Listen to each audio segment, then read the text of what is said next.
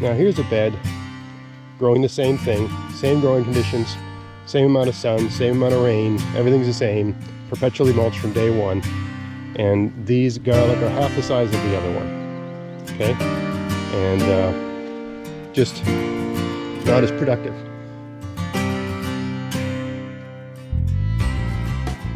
Hey, it's Greg here with MaritimeGardening.com, and today I'm going to talk about the Back to Eden method and a misunderstanding a lot of people have about it and how to deal with that.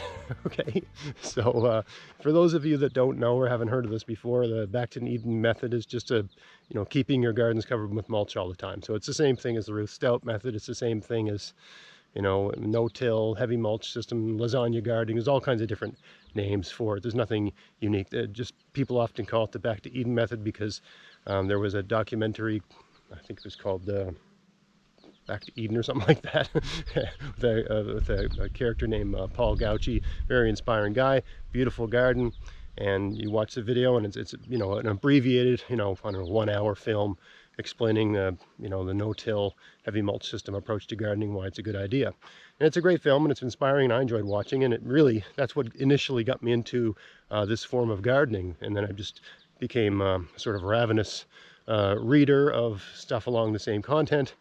Learned about horticulture, learned about Ruth Stout, Charles Dowding, all that sort of stuff, right? So just absorbed all of that and then started playing with the approach in my garden. But one of the things that I think people miss, because it's the way it's presented, is just put a mulch down and magic happens and the garden gets better. Now I know that there's more to it than that, but what I'm saying is when you watch that video in particular, you come away with that impression. I'm not saying that's what they said, right? They talk about some of the caveats, but people tend to come away with that impression. All they have to do is mulch it, and it's just going to get better and better every year. And that's true. But how much better does your soil get every year? And how much better does it need to get for it to be productive? All right, so here's a productive garden, okay? These are our garlic, and some of them are 1 inch at the base. And here, I just picked one the other day, right, with my thumb. That's a nice garlic, right? There's my hand, right? That's a big fat garlic, almost 3.5 inches in diameter, right? That's good soil, right? This was built using a Back to Eden method, right? And I used horse manure, right? I laid horse manure down and planted in it that year. Just like they say in the back, you can plant right in it. I think there's a guy that says that in the Back to Eden film. And it's always been mulched. So I use the existing soil and horse manure, and it's always been mulched, and I've always gotten good results in this bed. All of these beds along here, they're all built pretty much the same way. Some of them are horticulture beds, but they all get a dose of horse manure, 1 dose of horse manure added to the existing soil, perpetually mulched. They've always been great productive gardens. This one doesn't look productive. That's because a rabbit ate everything. So ruined my carrot garden. But anyway, they're all pretty. I mean, look at these tomatoes, right? Look at these garlic are ready for harvest. The cucumbers are coming along, right? Everything does well in these beds. Okay, now let's contrast that.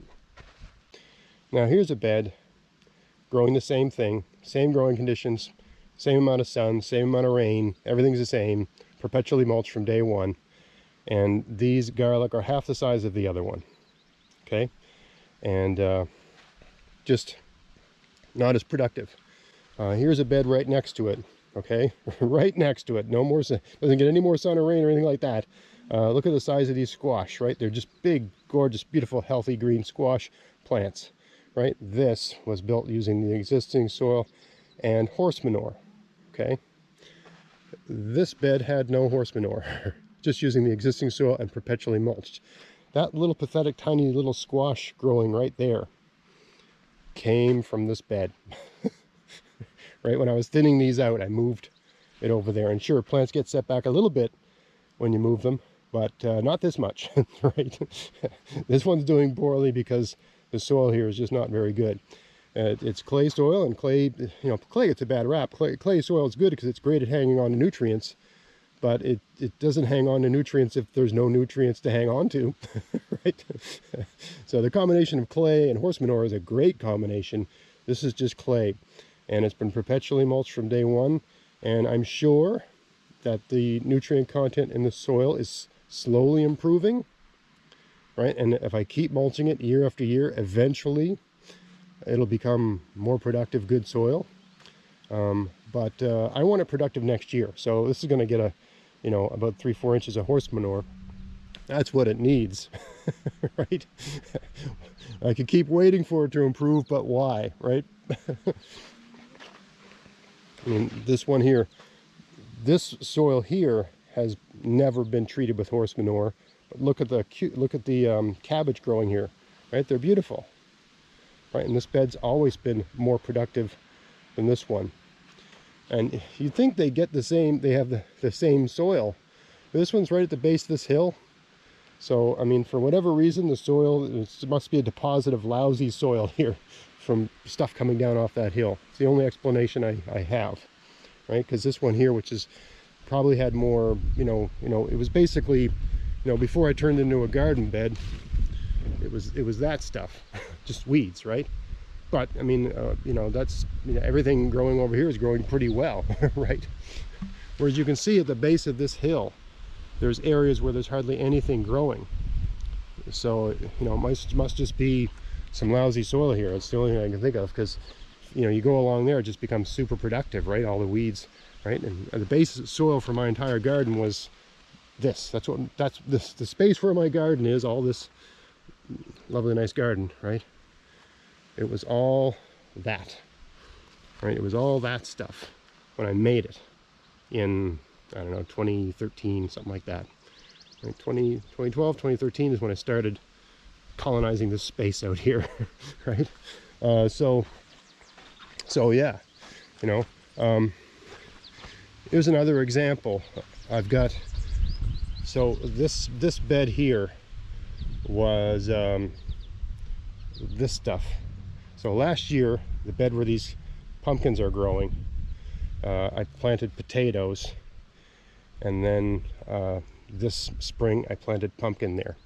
They're doing okay, right? But they're not as big as they should be, right? So 1 year of mulch using the existing soil helped it a little bit, right? But maybe some manure would help it a lot better, right? There's potatoes growing along here. All I did was cut the weeds down, lay the potatoes on the ground, throw a whole bunch of seaweed over it. It's not seaweed. This one here was just yard waste, I think. This one here was just leaves, and I got potatoes growing over there, and that's leaves and seaweed. And I think the one with the leaves and the seaweed has grown better in general. I'm going to dig them up and do a comparison later on, right, when they're ready for harvest. Now look right here. Look at this bed. We got beautiful squash growing here, right? Big, healthy, strong squash, and that's despite being in the shade of this tree and these trees and those trees over there and that tree, right? And, right, so this is in partial shade most of the time. Look how productive, right? It's because these beds, they were kind of like raised beds. When I initially built them, I just filled them with horse manure. Right? That's how the beds were built. So it's very productive soil, right? And then I haven't added horse manure to these for probably 2 or 3 years. But I just keep it mulched, right? So that approach, the heavy mulch system, is fantastic for maintaining productive soil. But if your soil is not productive, it takes a while for it to improve. Look over here. Let's just go up. I got a terraced garden up here. Look at this over here. I use the existing, I brought a little bit of soil in. Basically, I went down over the hill there and dug a bunch of sort of clay earth from a point past where you can see on the other side of the hill there. So I just brought existing wild forest soil over here and filled this bed up, right? Maybe added 6 inches of that, and I added a little bit of soil from that bed down there. And this gets lots of sun, lots of rain. It's a south-facing slope. This should be my best garden.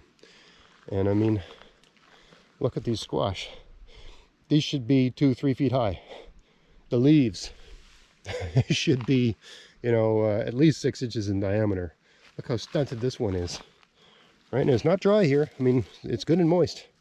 Right, I got a good mulch. This has always been mulched. You know, with productive stuff, seaweed, hay, stuff like that. And someone's going to say, oh, seaweed's got salt. That's your problem, it's salt. No, everything in there is got, every one of these beds has been treated with seaweed, okay? If seaweed was a problem, I wouldn't have a beautiful garden like this, right? So that's just, and I've got a whole video on why seaweed isn't bad. That's a common misconception people have about it being full of salt. I'm not going to get into it here. It's not the seaweed that's the problem. Seaweed always improves soil. It's a great soil amendment.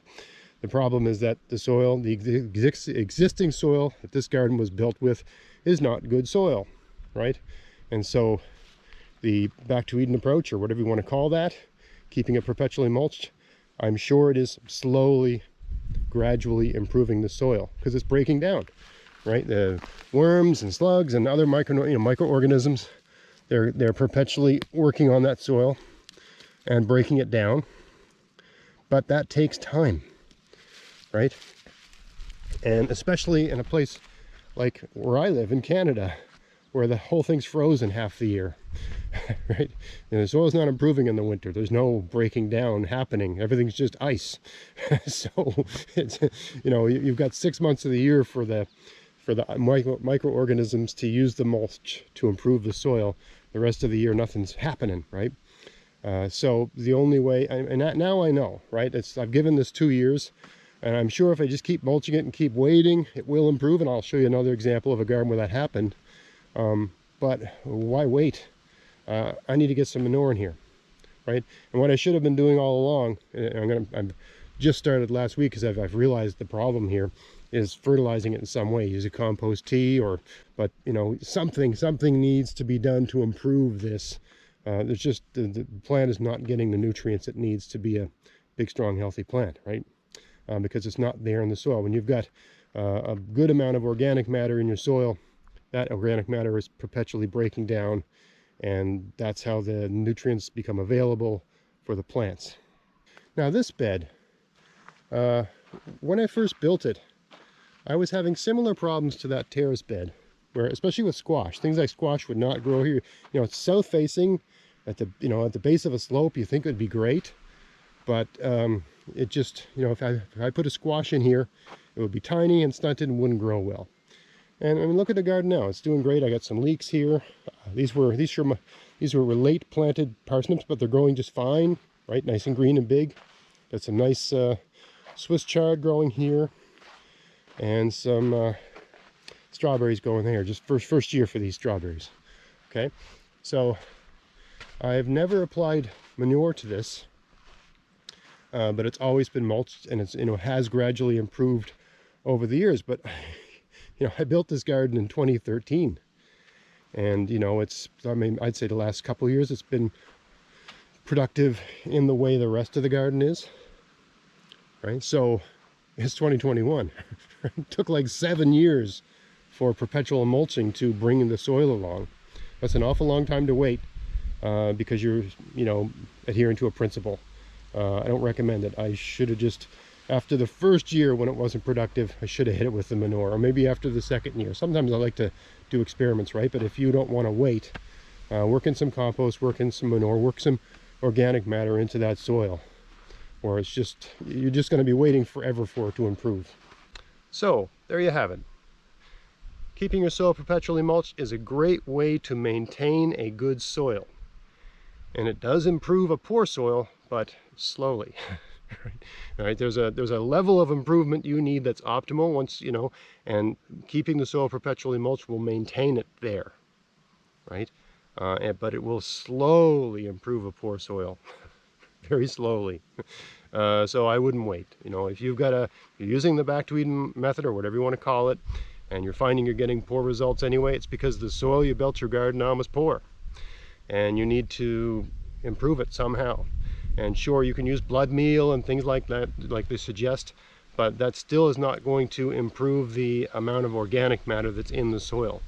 I would, you know, if you had a bad year, I would immediately go get some horse manure. This fall, throw horse manure on that garden bed. Just let it sit there all winter long. you'll have a much more productive garden next spring. You know, use some sort of organic or compost, right? But get some organic matter in that soil if it's not performing. Don't wait. I mean, you're using the perpetual mulch system does increase the amount of organic matter in the soil, but it does it slowly, right? You got a foot of straw makes like maybe a 1/4 inch of organic matter after it's broken out, or maybe less, right? So you're not adding a lot of organic matter, right? You're maintaining the amount of organic matter in the soil with that mulch. You're really not improving the amount. So, you know, give that thing that kickstart, right? Give it the big boost with a lot of organic matter. If you're finding the bed's not being productive, it's because the existing soil doesn't have enough organic matter for it to be good soil. So don't wait. Hit it with the manure. All right, so I hope you found that interesting. If you did, please like, share, subscribe. Check out my podcast, maritimegardening.com. And until next time, get out there, get at it, have fun in your garden. Thanks for watching.